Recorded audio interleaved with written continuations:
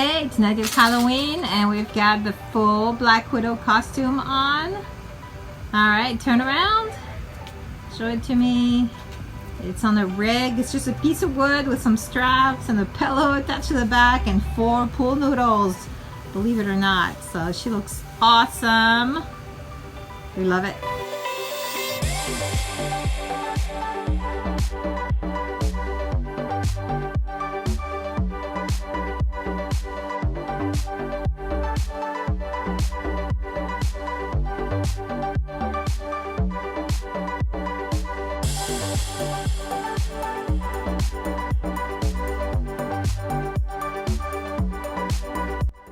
So I just finished this Black Widow costume for my daughter.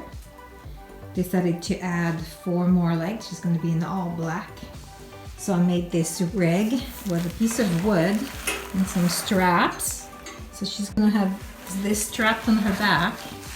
And I'm going to have 2 legs in the front like this and 2 legs on the side and the buttocks.